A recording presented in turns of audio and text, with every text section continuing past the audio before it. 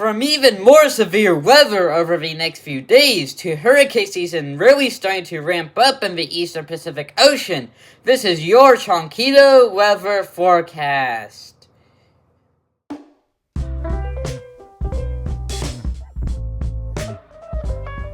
First of all, looking at our current Day 1 SPC severe weather outlook, you can see for today we have a slight risk of severe weather from southeastern North Dakota into western Minnesota, eastern and central South Dakota, into north-central Nebraska. For our tornado risk today, we do have a 5% tornado risk mainly across eastern and central South Dakota. Our 2% tornado risk extends from southeastern North Dakota into extreme north-central and south-central South Dakota and Nebraska there. We do have a SIG 1 area, mainly across eastern and central South Dakota, so we could see a few tornadoes later today, maybe a strong 1 or 2. For our wind risk today, we have a 5% damaging wind risk across our slight risk area, and our 5% damaging wind risk extends from central and western Minnesota and eastern North Dakota down into the eastern Texas Panhandle and western Oklahoma. We also have another area across south-central New Mexico and extreme western Texas. No slick areas for wind today, so just your normal 60 to 70 mile an hour wind gusts. And for our hail risk today, we have a 15% hail risk across our slight risk area again.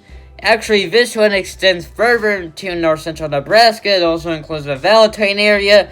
We do have a SIG 1 area mainly across southeastern North Dakota into north-central Nebraska. Our 5% risk extends from northwestern Minnesota and central and eastern North Dakota all the way down into the Oklahoma Panhandle. And we do have another 5% risk across western Texas. Next, look at our Day 2 SPC severe weather outlook. You can see for tomorrow we currently have a slight risk of severe weather from southeastern Montana into northern Nebraska into southwestern Minnesota. For our tornado risk tomorrow, we have a 2% tornado risk from northeastern Wyoming all the way into southwestern South Dakota and northwestern Nebraska, where you can see an isolated tornado or two tomorrow.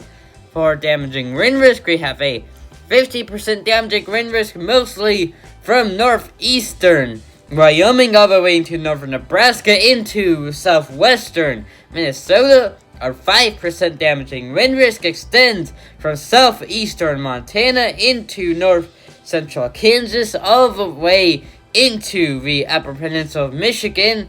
We have no SIG areas for tomorrow for damaging wind risk, which is good, but make sure to pay attention to future updates in case something changes with a damaging wind risk.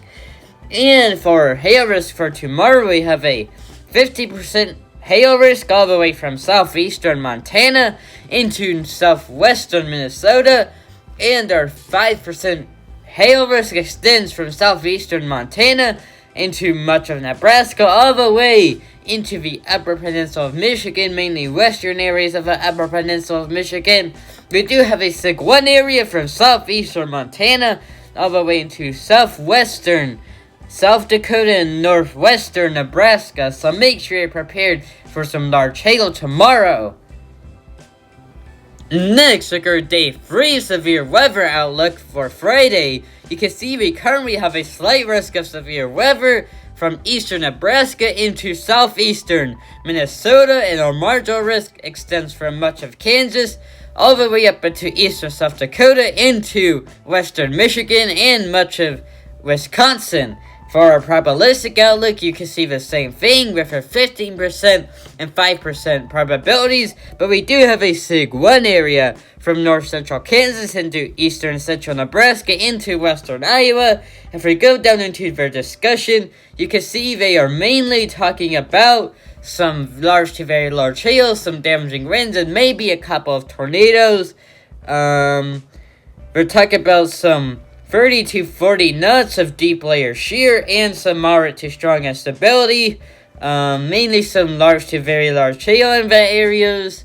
So it doesn't look like a super big tornado day, but the hail could be the main story. The damaging winds could be the main story. So make sure you pay attention to future updates. And now look at our day 4 for 8 severe weather outlooks from the SPC. You can actually see we have a very rare day 4 slight risk of severe weather across northeastern Montana into western North Dakota. You usually don't see risks like this that far north. If we go down to the discussion here, you can see we're mainly talking about good agreement in the position of a shortwave trough, the progression of a shortwave trough, with some good mid-level flow. We're not talking about any hazards right now, but we're talking about steep lapse rates and moderate instability with some strengthening deep layer shear. So there could be some severe weather on those areas on Saturday.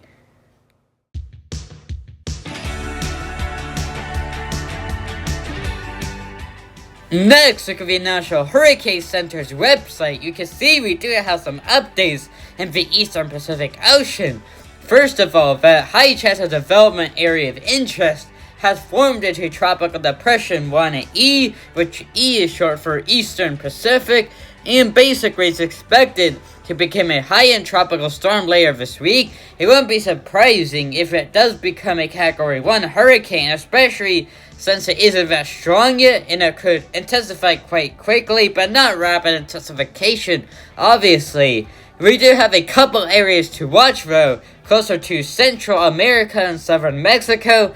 We have this 50% chance of development system within the next 7 days, where sometime this weekend into early next week, it could form into a tropical depression or tropical storm. It could cause some flooding close to the coast because it will be super close to there. So make sure if you're in portions of Central America there, and in portions of Southern Mexico, you watch out for that system as the low pressure will start to form later this week. And we do also have this system here with a 20% chance of development, which is off the coast of Southern Mexico. You can see we're expecting an area of low pressure to form offshore of southern Mexico and southwestern Mexico early next week, and environmental conditions appear to allow for some gradual development of the system, while January slowly moves generally northward thereafter it forms. So the probabilities will likely go up, and we'll have more information on the system as we get into future updates. Next, look at the forecast advisory for Tropical Depression 1E. You can see right now it's at 30 knots, which is 35 miles an hour with gusts all the way up to 40 knots, which is about 45 miles an hour. Later today is expected to become a tropical storm with winds from 35 to 45 knots, which is about 40 to 50 miles an hour, with gusts from 45 knots, which is 50 miles an hour, to 55 knots, which is 65 miles an hour. And you can see over the next couple of days is expected to gradually strengthen, eventually peak at around 55 knots, which that's about 65 miles an hour, and it will have gusts up to 65 knots, which is 75 miles an hour, so it will have some hurricane force wind gusts, and it wouldn't surprise me if it did become a hurricane sometime in its peak intensity phase, and then you can see it will gradually weaken and eventually weaken back to a tropical depression late this weekend around 30 knots with some wind gusts up to 40 knots, which is equivalent to 35 miles an hour and 45 miles an hour, and it likely will have no impacts on land, which is good. Next, look at the forecast cone for Tropical Depression 1E. You can see right now it is located well west of 125 west, but just to the east of 130 west, so it's about at 127-ish west. It's expected to move northwest over the next few days, gradually strengthening, and then starting to weaken a little bit. At that time, we'll start to shift a little more to the west, and eventually we'll start moving southwest as it quickly weakens back into a tropical depression there. You can see there's no land areas in the path the closest one would be Hawaii, and that would still be hundreds and hundreds of miles away from the system, so this is just going to be another fish storm. But again, it could become a hurricane sometime later this week, so make sure you pay attention to future forecasts.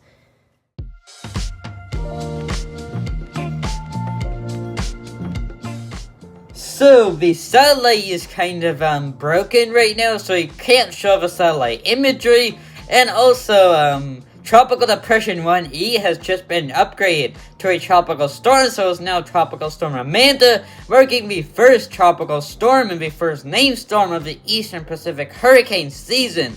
So, anyways, this is the end of the weather forecast. I hope you really enjoyed it, and I will see you on the next video.